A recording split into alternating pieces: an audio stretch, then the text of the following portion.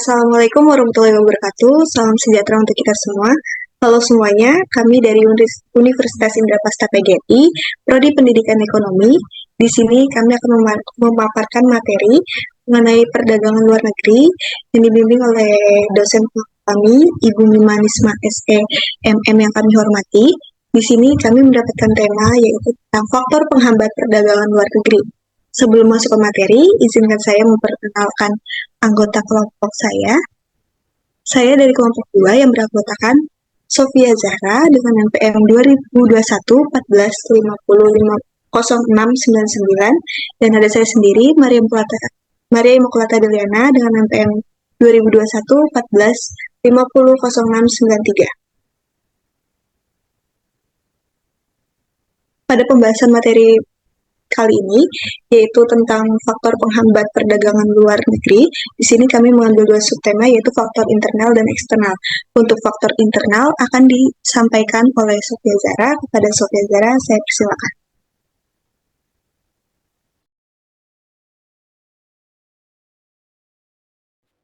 Oke, baik. Terima kasih, Maria. Di sini saya akan menjelaskan terkait dengan faktor internal dari faktor penghambat perdagangan luar negeri.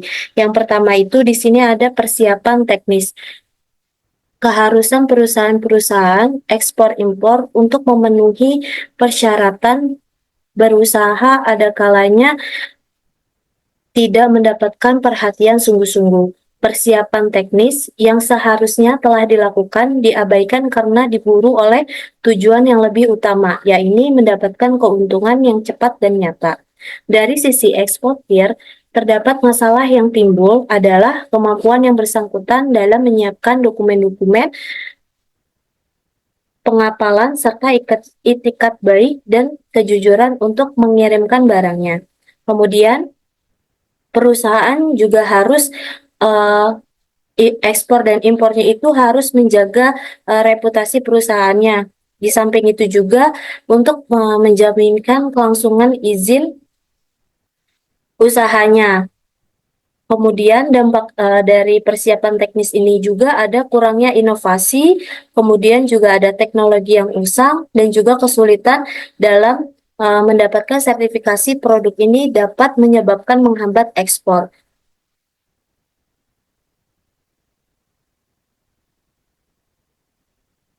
Kemudian, di sini pembahasan yang kedua itu ada kemampuan transaksi perdagangan luar negeri.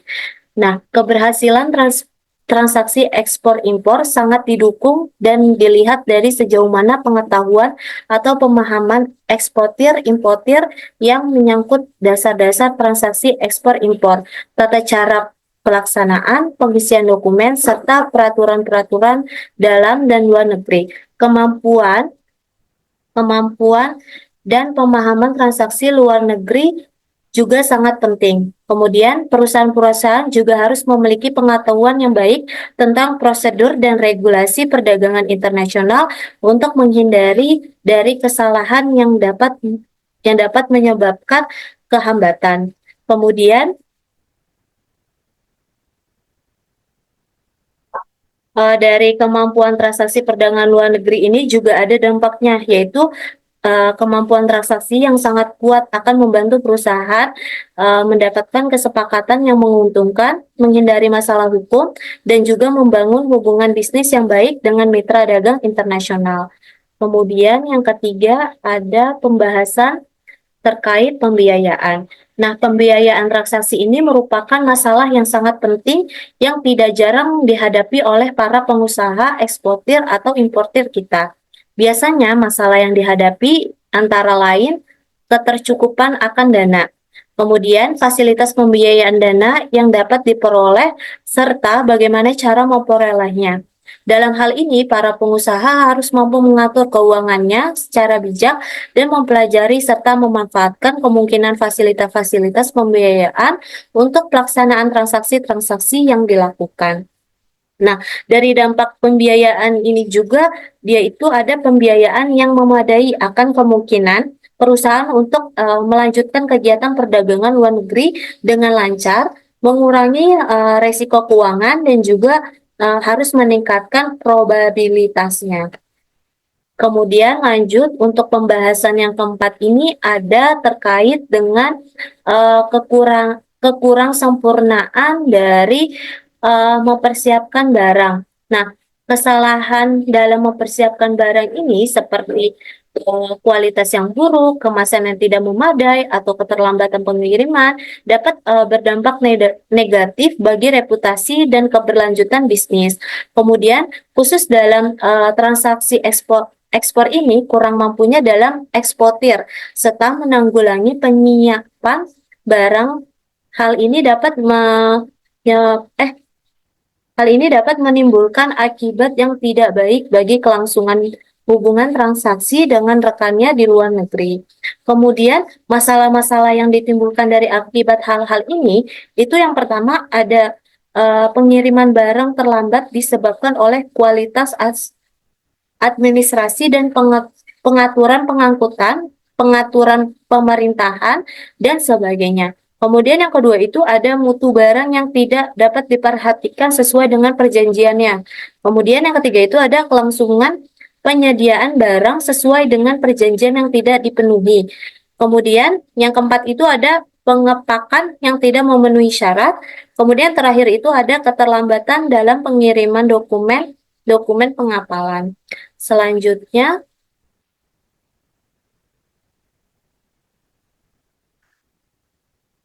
saya kembalikan ke moderator. Terima kasih.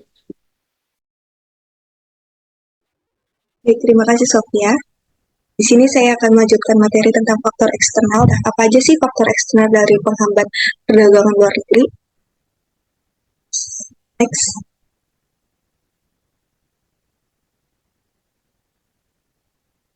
Ya, salah satu faktor eksternal dari penghambat perdagangan luar negeri itu salah satunya ada kepercayaan. Kepercayaan itu kan bukan hanya dari dalam kehidupan sehari-hari, baik itu dalam masyarakat atau sekolah, gitu. Tetapi kepercayaan juga merupakan salah satu faktor penghambat dalam dunia perdagangan. Antar siapa sih? Yaitu antar eksportir dan importir. Nah, sering ditemukan salah satu masalah yang terjadi antara eksportir dan importir itu, yang pertama itu ada ketidakpastian atau resiko kepercayaan. Dalam konteks ini tuh biasanya dalam proses perdagangan itu kan ada yang namanya proses pembayaran. Terus ada juga namanya proses pengiriman. Yang dimana dalam proses pembayaran dan pengiriman ini itu tuh sangat menjadi sumber ketidakpercayaan. Kenapa? Karena pasti setiap manusia memiliki overthinking atau ketidakpercayaan antara satu sama lain.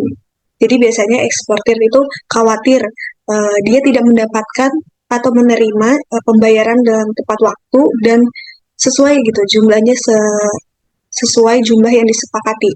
Sedangkan pihak importirnya itu biasanya suka khawatir kalau produk yang dikirim itu tidak sesuai dengan perjanjian yang telah disepakati atau sesuai nggak sih dengan standar yang sudah disesuaikan.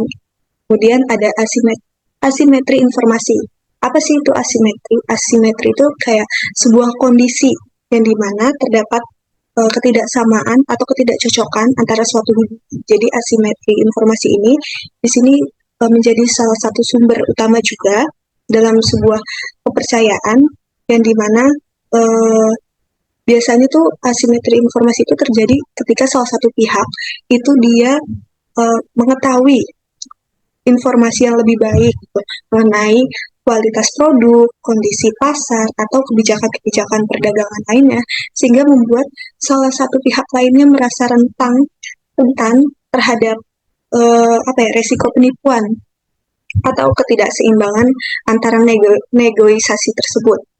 Jadi biasanya hal ini tuh disebabkan oleh jarak geografis ya, karena di sini kan perdagangan antar negara gitu. Kemudian ada juga biasanya disebabkan oleh komunikasi, bahasa maupun budaya. Karena kalau misalkan kita kan setiap manusia tidak bisa menguasai seluruh bahasa yang ada di dunia ini. Oleh sebab itu, makanya kadang karena keterbatasan komunikasi dari bahasa tersebut, budaya memperumit komunikasi kita antara pihak eksportir dan importir, sehingga pemahaman tersebut tuh jadi kisruh.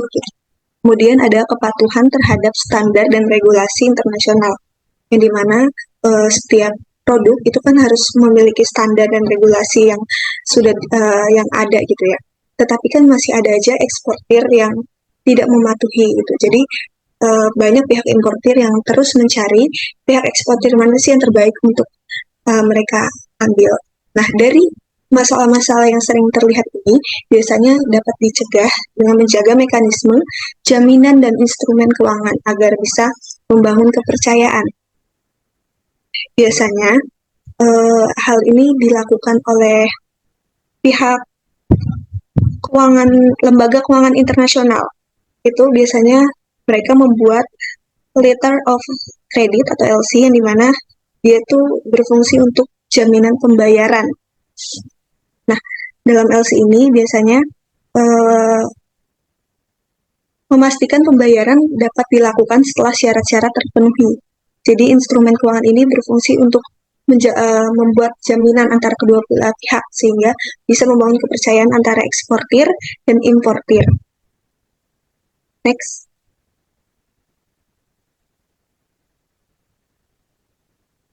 Kemudian untuk penghambat eksternal selanjutnya yaitu pemasaran dalam perdagangan internasional. Yang pertama ada perbedaan preferensi komunikasi dan budaya. Nah, di sini perbedaan preferensi konsumen dan budaya apa sih?